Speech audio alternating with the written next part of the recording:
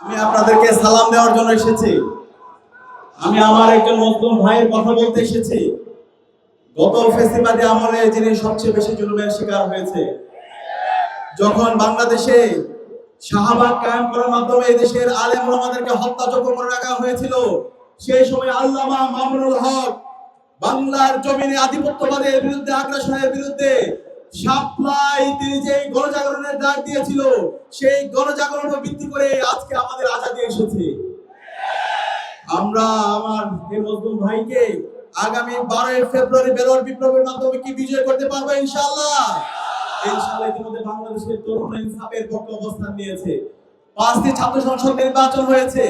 প্রতিটি ক্যাম্পাস ইতিমধ্যে বাংলাদেশের 4 কোটি তরুণ ইনসাফের পক্ষে অবস্থান নিয়েছে। আগামী 12 ফেব্রুয়ারি যে নির্বাচন হবে, সেই নির্বাচনে ঐক্যবদ্ধ বাংলাদেশের পক্ষে, রিকশার পক্ষে গণজোয়ার হবে ইনশাআল্লাহ।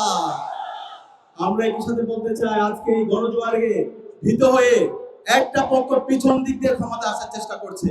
আমরা সাবধান করছি, পেছন দিক দিয়ে যদি কেউ ক্ষমতা আসতে চায়, ইলেকশন ইঞ্জিনিয়ারিং করে কেউ যদি ক্ষমতা আসতে চায়, বাংলাদেশে ফেসিবাদের যে পরিণতি হয়েছিল তার চাইতে খারাপ পরিণতি আপনাদের হবে। নির্বাচন কমিশন, আমরা আপনাদেরকে সতর্ক করছি, গতকালকে যে প্রজ্ঞাপন দিয়েছেন সেটা বাতিল করেন।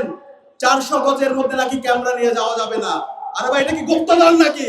দ্রুত সময়ের মধ্যে এই অগণতান্ত্রিক এবং স্বৈরতান্ত্রিক সিদ্ধান্ত বাতিল করতে হবে।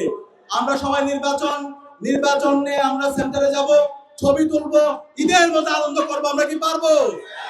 আমরা যারা 4 কোটি তরুণরা আছি, প্রত্যেক তরুণকে ওয়াচডগের ভূমিকা পালন করতে হবে।